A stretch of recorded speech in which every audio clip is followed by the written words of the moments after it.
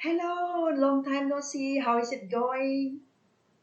Today, let's continue practice because practice makes better.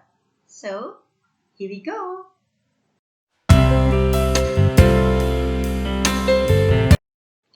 Alright, today I'll be talking about brain idioms. Before we go any further, let's get going.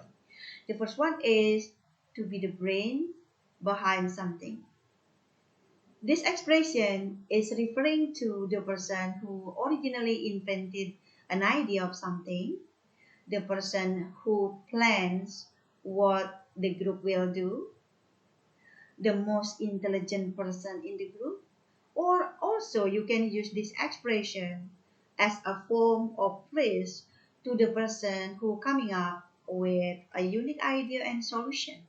So for instance, I'm proud of my sister.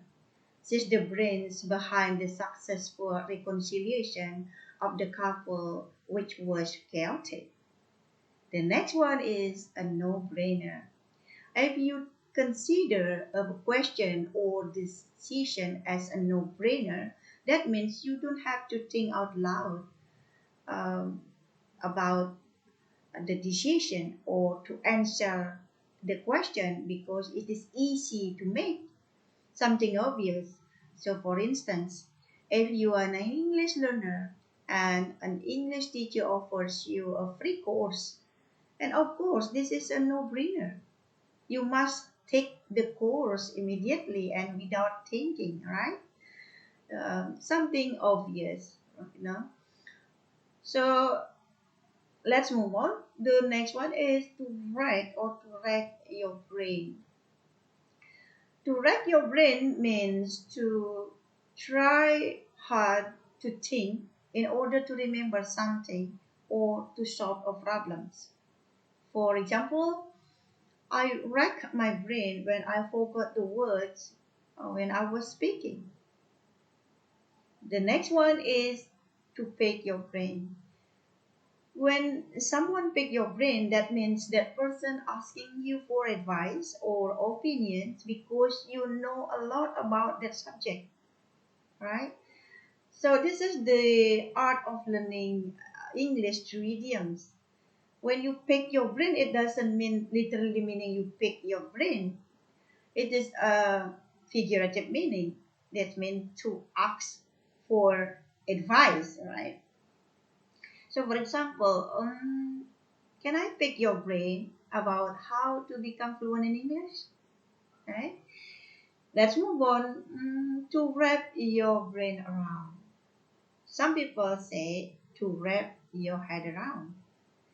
That means to comprehend or to understand something, usually about complex ideas or something you're not familiar with.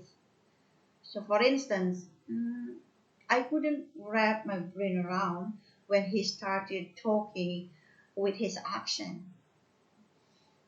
Next one is to get your brain in gear. To get your brain in gear means to start think clearly about something so you can deal with your particular stuff, or you know what needs to be done, right? So for instance, I got to get my brain in gear because I don't want to make things worse, right? Let's move on to have brain like SIEVE. When you have brain like SIEVE, that means you have a bad memory or easy to forget something, right? Let's see. I have to remind him over and over because he has a brain like SIEVE. The next one is brainwashed. If you brainwash someone, that means you cause someone to think or believe something by using methods that makes that person unable to think normally, right? Usually forcibly or with coercion. So for example, he was brainwashed into spend all the money for gambling. The next one is to have fried brain. When you have fried brain, that means you exhausted or fatigued mentally. You overwhelmed with work, with your stuff in your life. So you can't think clearly. You are unable to receive more information. So let's say my brain is fried. All I need is just sleep, period. All right, the last one is brainwave. That means an electrical signal from brain. It is a sudden clever idea. So if you confuse when you're on holiday where to go, and then you came up with a brilliant idea, and you can say, let's go on holiday. I've just had a brainwave. I know where the best place to go. Oh, thank you everyone for watching. See you for the next one. Bye for now.